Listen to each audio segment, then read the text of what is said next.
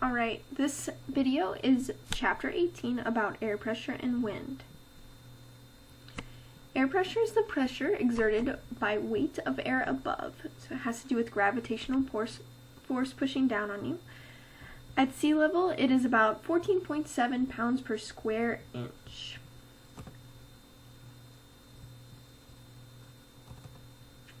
It's an overview.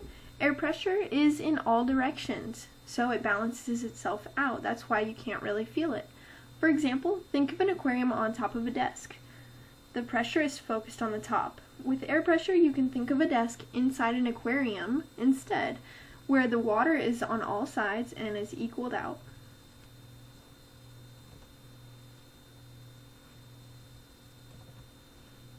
Right, wind. Wind is caused by horizontal differences in air pressure.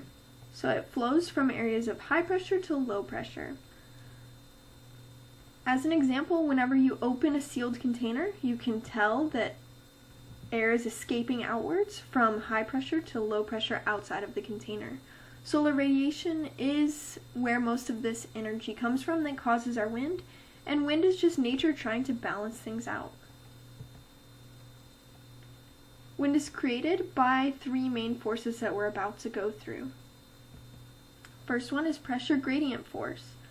Pressure is adjusted at sea level so that you can compare them accurately. Otherwise, it would just appear that the same areas would always be in high or low pressure. So isobars show areas of equal pressure on weather maps. We can see that they group them based on similarities.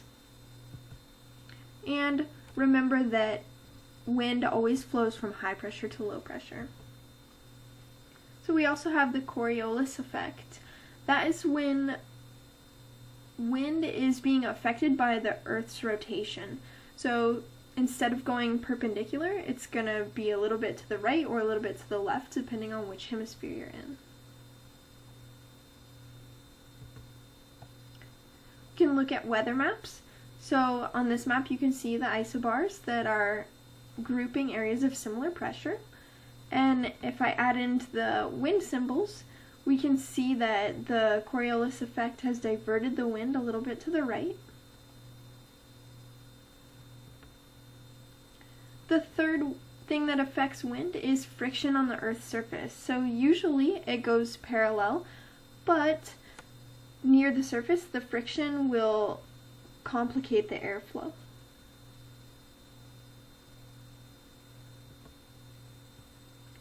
So if you look at this picture, what do you think the isobars would look like for this pressure system?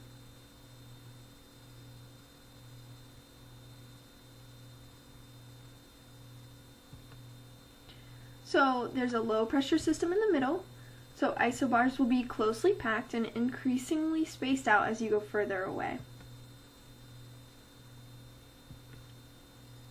Remember that all winds occur for the same reason. There's pressure differences because of temperature differences caused by unequal heating of the Earth's surface.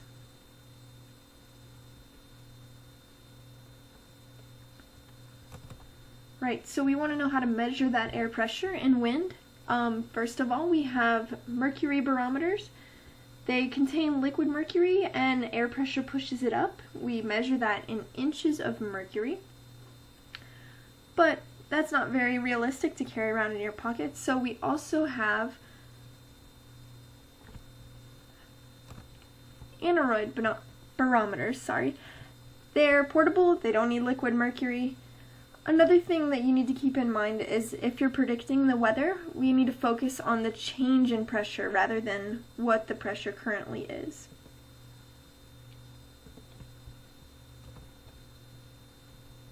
Oops, sorry, I need to go back to that. Alright, to measure our winds, we also have wind vanes that measure the direction of the wind and a cup anemometer. So that's going to measure the wind's speed. Alright, this is important to us because it affects our weather. In areas of low pressure, we usually have cloudy conditions and a lot of precipitation. In high pressure, we usually have clear sky and fair weather. Okay, let's move on to cyclones.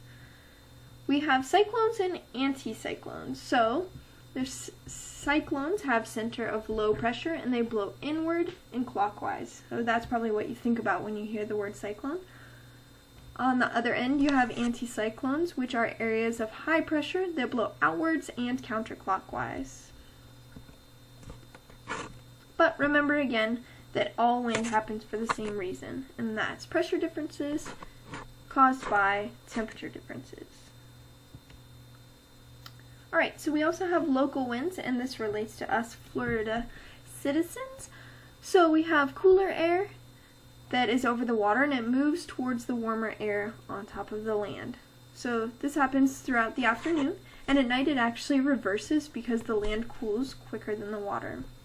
This is why living near the water can be cooler than living inland. Right, local winds in the mountains and valleys. So air heats up and rises out of the valley and brings condensation to form clouds at the top. As it sinks back, you get cooler air inside. Okay, Santa Ana, this we've heard about on our California coast.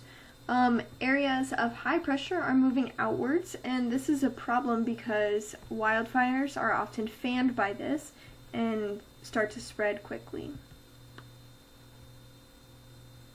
Okay, El Nino. El Nino is the gradual warming of the waters in the eastern Pacific. So this happens in irregular intervals from 2 to 7 years and can last for about 9 months to 2 years. This is not good news for certain areas like Peru, Chile, and Australia because it affects their economy that they're used to because now the weather is very different.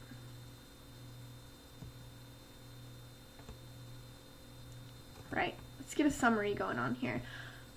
Global distribution of precipitation. So I want you to take a second to look at these maps and compare.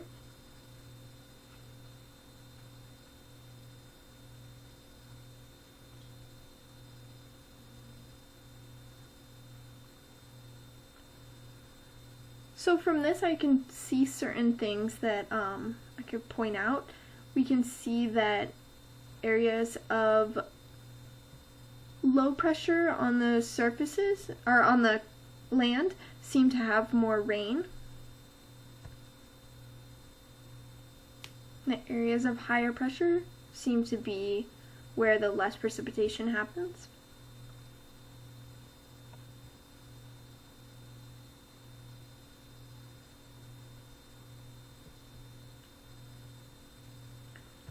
Alrighty, Earth's rotation. So on the left we have a non-rotating Earth. This has unequal heating.